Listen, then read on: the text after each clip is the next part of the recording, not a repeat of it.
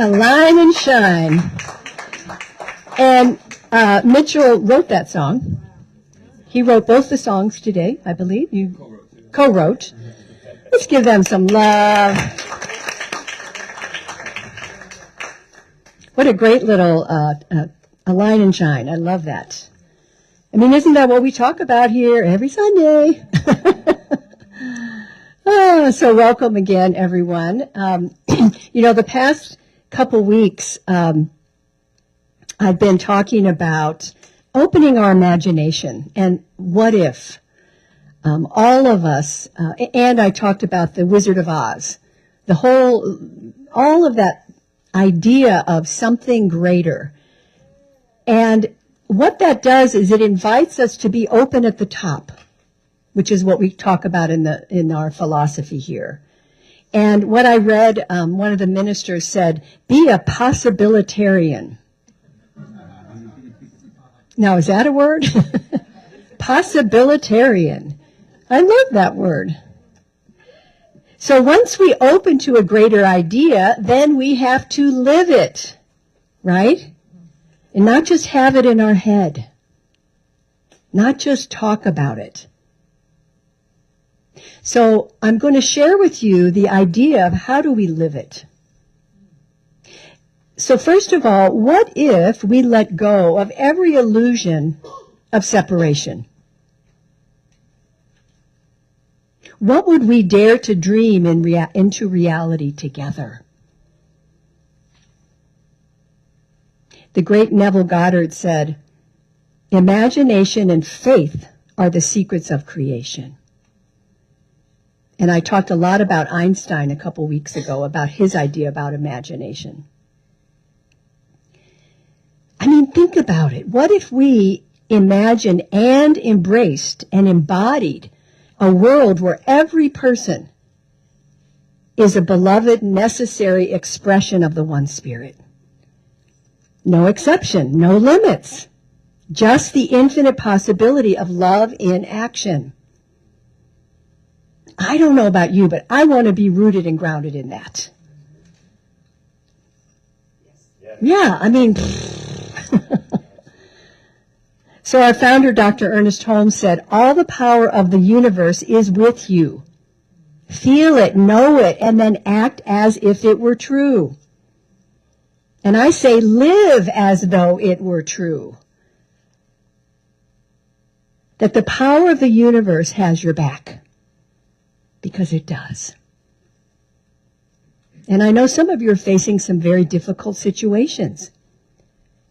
But remembering that can be so supportive. We want to be able to feel and welcome our soul connection. And understand that whenever we whisper, whenever we cry, whenever we reach out to divine source, no matter how long we've been away, that oneness is ever present.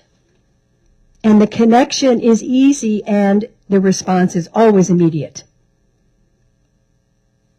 Reach out to Spirit, your idea of the God of your understanding, and you will be uplifted, guaranteed. You know, it's interesting. Spiritual sages throughout time have taught us that our divine spark dwells in the very essence of our being. That's sort of a basic teaching throughout faiths and religious tradition. The Persian Sufi poet Hafiz wrote, I wish I could show you when you are lonely or in darkness the astonishing light of your own being.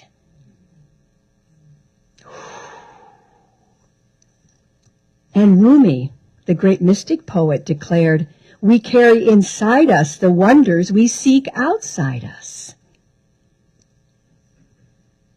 And Jesus, remember him? He proclaimed the kingdom of God is within you. See, do you catch a theme there? So what if we lived as if all that were true? Wow. And in order to do that, we have to practice communion or connection. And communion of the Spirit, with the Spirit, the God of our understanding, is one of the greatest privileges of our life. By communion is meant silently entering into divine harmony until we feel that harmony in our very soul and spirit and in our own minds. And then in that sense, we embody and we're able to live it. When we can drop confusion from our mind and dwell on peace and allow that to flood our whole being with harmony, we will feel the essence of the presence and the essence of that communion. Because remember, we're always in partnership with the divine, with the infinite. And yet when we live in that energy consciously, wow, we're fed. We are fed by that bounty, and we're guided by the wisdom of something greater than we are. I live, move, and have my being in the one. That's one of my favorite phrases. Let's say that. I live, move, and have my being in the one. Again, I live, move, and have my being in the one. Breathe that in. Whatever that means to you. Again, just imagine a world where we remember every moment that we're each of us is the living breath of the one spirit. And we're each woven into a tapestry of infinite worth. Nobody's left out. Nobody's less than. Imagine that. So in truth, love is not a choice, but it's our natural state. So every smile that you give becomes an act of healing. Every word carries the power to bless another one. Every decision shapes a world where justice and joy flow without end. And when we're in that space, borders dissolve, scarcity disappears, and the impossible becomes every day. Miracle upon miracle happens. Shift happens. Notice what I said. Yeah, one slip, watch out. This is the vision I believe we're each here to live. Not someday, but now.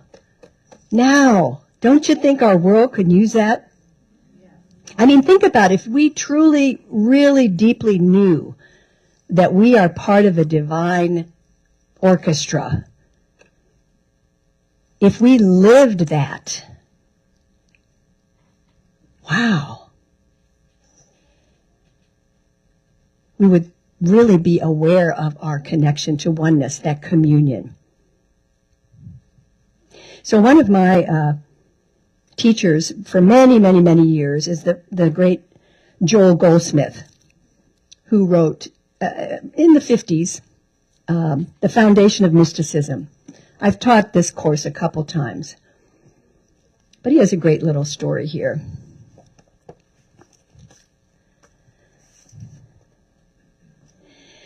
We don't think we have enough brains or enough education to really accomplish what we want in life.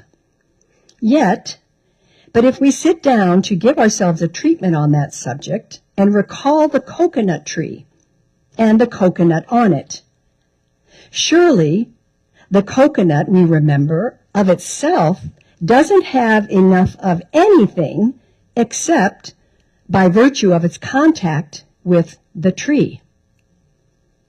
The invisible life of the tree is pouring itself into the coconut as it becomes the hard shell, soft meat, and liquid milk. Oh, the coconut could say, as my own self, I am nothing. Ah, yes, but the truth is, I abide in this tree, and all the tree has is mine. And then our shoulders go up, and we have given ourselves a treatment about the sense of separation from the source of all good. So now we find that God is the intelligence of this universe, and I and my Father are one. Then that God intelligence pours itself into expression as my individual intelligence, just as the life of the coconut tree is pouring itself into the coconut as its milk, meat, and its shell. Ta-da! Isn't that a great little image? Such a simple reminder. That's why we're true nuts. Oh, thank you. We're always connected to that tree. Always. So Dr. Holmes warns us that fear is born of believing in limitation. Hear that. Fear is born of believing in limitation. And imagination is the antidote to limitation. It breaks down the mental walls that keep us repeating that same small version of life. Because if all is one spirit, then our imagination is not fantasy, it's the mind of the divine expressing through us. And in this truth, lack and separation dissolve, and new possibilities emerge. Policies that protect all life, technologies that heal rather than harm, and communities that thrive together when we open our imagination to the possibilities, when we're in alignment with our oneness. So remember though, belief alone is not enough. We have to live as if what we envision is inevitable. So I like this idea that imagination is kind of like a rehearsal. And as we imagine ourselves more and more moving through the world with kindness, with generosity, it happens right then, right now. Have you ever heard of mind your manners? Well, mind your own business. Mind your own business. Now, that becomes a call to keep our mental state filled with the expressions and experiences we desire for everyone. If we hold those images long enough and act as though they were already true, we become living proof of what's possible.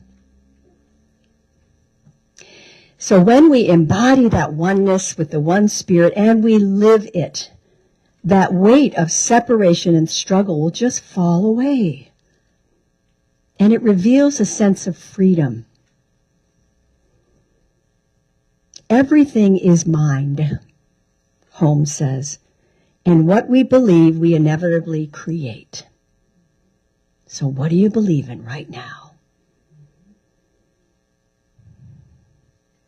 Yes, the view, the image is that things are falling apart or upsetting and all of that, yes. And we can also at the same time hold that higher vision. We have to. We have to hold that higher vision and imagining a better world. So the invitation is simple. We have to believe this works. We have to imagine it fully, and we have to live as if it were true. Because then we help that vision of something greater, we help it arrive. So this week, I'd like you to think about taking a few moments each day to just imagine a world where everyone is recognized as a necessary, worthy, and beloved part of the one spirit. Just imagine it. Don't argue with it. And envision yourself moving through that world and how you would greet others that way. What kind of decisions would you make? How would your community thrive? The possibilities. And then it's always good to journal about what you notice, about what's possible. And then when those challenging thoughts arise, you just pause and imagine how love would respond. What would love do here? And we breathe. We always can come back to our breath. So each day we have an opportunity to choose one simple action that reflects a world that we want to envision and believe in. Offer a genuine smile to someone. Speak words that only uplift and don't condemn. Extend kindness without condition. And listen deeply to someone without rushing to respond to them. Be there for them.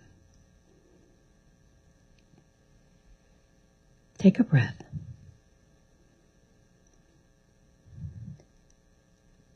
That's really our homework, I think, every day is to, for me at least, I'll speak for myself, when I notice judgment or separation creeping into my thoughts, I pause and I replace them with a mental image of oneness. For me, it's a heart or the sun. And I replace that mental image with that, and then I vibrate the idea of love. It's pretty simple. And you don't have to defend it. You don't have to defend your vision. You just live it. And be willing to live it. And forgive yourself when you forget. Don't beat yourself up. Because every loving choice you make is planting a seed in the quantum field of possibility. We know that. So I invite you to take a moment and close your eyes, if it's comfortable, and just take a nice breath again. And feel whatever it is you're feeling right now.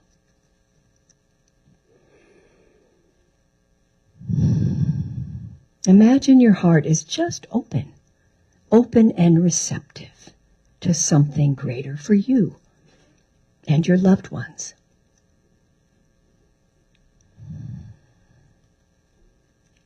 Imagine that. And remembering that just like that coconut, you are nourished by the tree of life, the tree of the divine. Where all things are possible.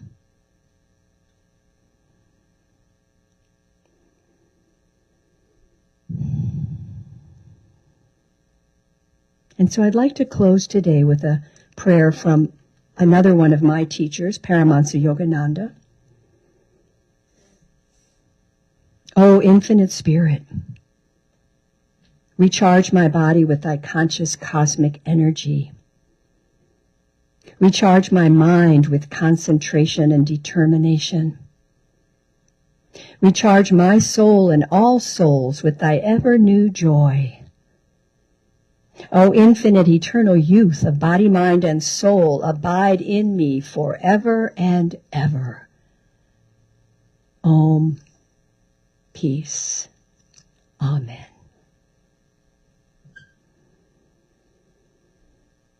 And we breathe. And we smile. And we return. And we look around with our beautiful eyes open to each other, and we just send each person a blessing through your eyes. Because that's all you need to do. Thank you for doing that, and thank you for being on this planet at this time, because you are a beneficial presence, whether you know it or not. And so it is.